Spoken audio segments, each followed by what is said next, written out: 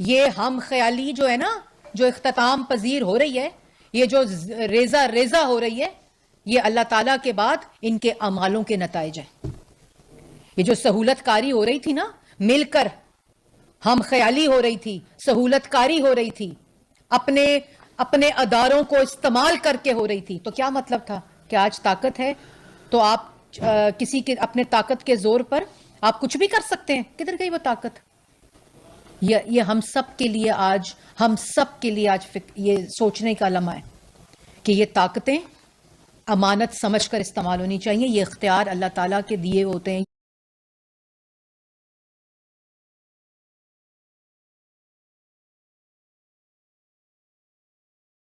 یہ آئین کے دیے ہوتے ہیں. یہ پاکستان کی عوام کی امانت ہوتی ہے.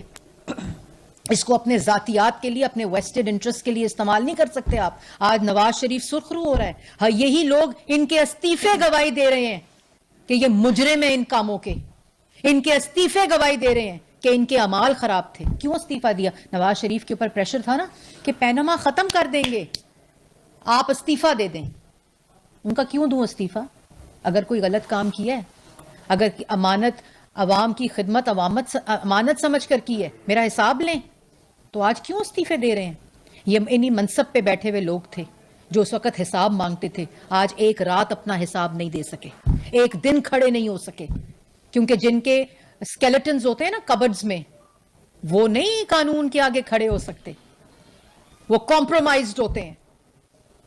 اور کمپرومائز ہونے کی نشانی یہ ہوتی ہے کہ بزدل ہوتا ہے شخص.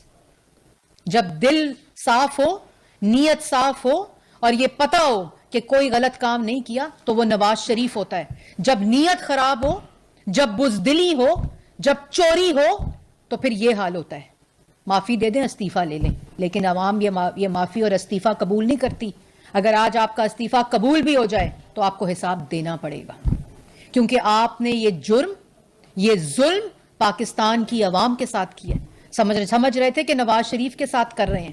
نواز شریف تو سرخرو ہو رہا ہے. چوتھی دفعہ انشاءاللہ پاکستان کی عوام کے ووٹوں سے وزیر اعظم بننے جا رہا ہے. اور آپ لوگ سازشی چہرے، یہ کردار جنہوں نے پاکستان کی عوام کے ساتھ ظلم کیا، وہ اپنے انجام کو پہنچ رہے ہیں. اور یہ جو استعفوں کی جو ہے نا کہ جی بڑا یہ کوئی ہم بڑا سٹینڈ لے رہے ہیں، یہ بزدلی ہے.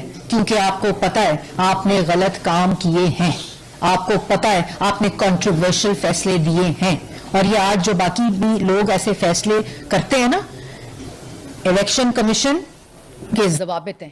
پاکستان کی تمام جماعتیں اس کوڈ آف کانڈکٹ کے مطابق اپنے انٹرا پارٹی الیکشنز کراتی ہیں. اور وہ جو گالی دے، وہ جو دھمکی دے، وہ جو گریبان پکڑے، وہ الیکشن نہ کرائے صحیح. وہ اپنی جماعت کا الیکشن ٹھیک نہیں کرا سکتا تو جنرل الیکشن کیا لڑنا ہے اس نے؟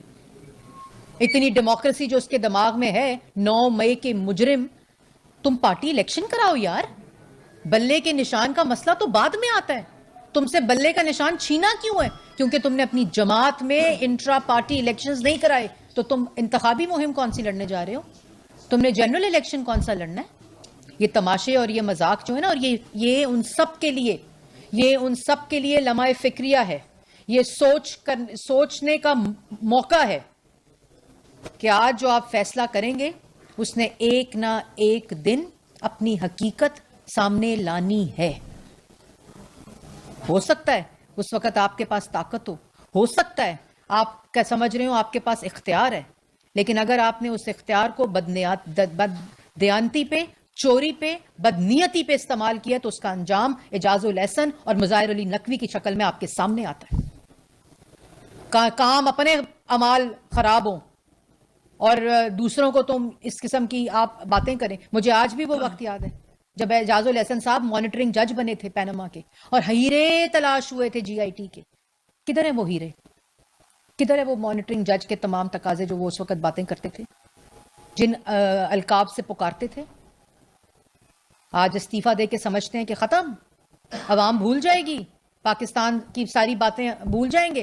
آپ کو اپنے ایک ایک عمال کا بھی جواب دینا پڑے گا، آپ پہ لگے ایک ایک الزام کا بھی جواب دینا پڑے گا. اور ابھی جو ریفرنس مظاہر علی نقوی صاحب کے خلاف سپریم جوڈیشل کاؤنسل میں اس وقت فیلڈ میں ہے، وہ واپس نہیں ہوا اور نہ ہونا چاہیے.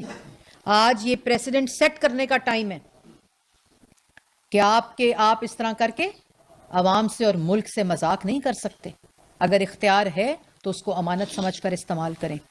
الیکشن کمیشن کے قائد و ضوابط اور کوڈ آف کانڈکٹ کے مطابق انٹرا پارٹی الیکشن ہر جماعت نے پاکستان میں کرانے ہیں.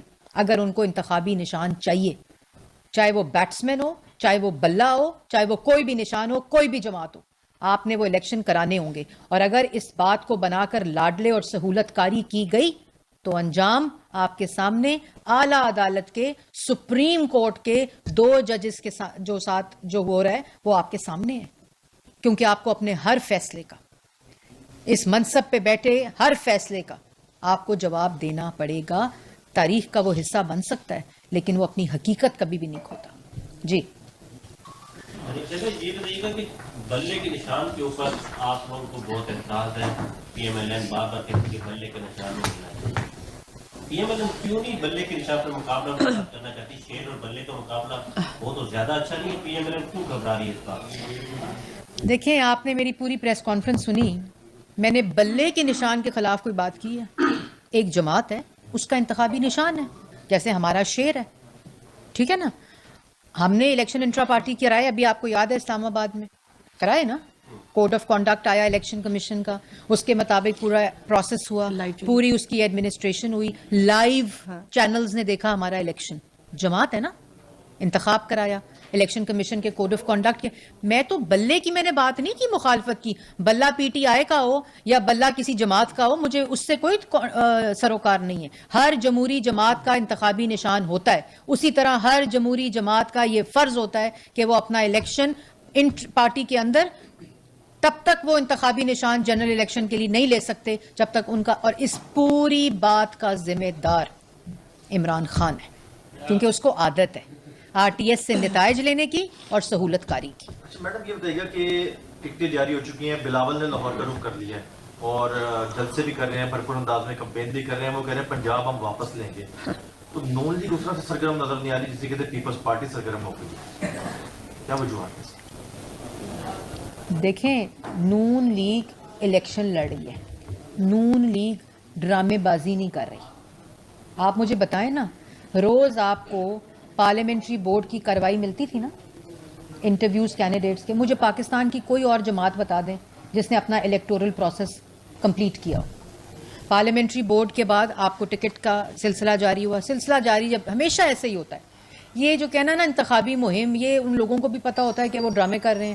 ہمارا سلسلہ آج ختم ہوا ہے. انشاءاللہ یہ اگلے ہفتے 15 تاریخ سے ہماری الیکشن کی مہم جو ہے وہ شروع ہو جائے گی اور جلسے ہوں گے پورے پاکستان کے اندر. اور 8 فروری کو انشاءاللہ ہم الیکشن میں حصہ لیں گے اور پاکستان کی عوام، یہ جو آج آپ کے سامنے فیصلے بھی آ رہے ہیں، حقیقتیں بھی آ رہی ہیں، ان کے مطابق دوبارہ جس شخص سے زیادتی پر، غیر آئینی طور پر، غیر قانونی طور پر ملک کے اندر کوئی قانون ہی موجود نہیں تھا جس کی اس کو سزا دی گئی، وہ منصب واپس پاکستان کی عوام ان کو دے گی. اچھا وہ بھی میری بہن ہی ہے جس کا ہم نام لینے لگے تھے. ایم اے اور ایم ایس میں فرق نہیں ہے. بحیثیت پولیٹیکل پارٹی ہمیں تو یہ لگ رہا تھا شاید آپ اپنا کنسرن شو کریں گے کہ پورا معاملہ بکھر گیا ہے، نظام بکھر گیا ہے.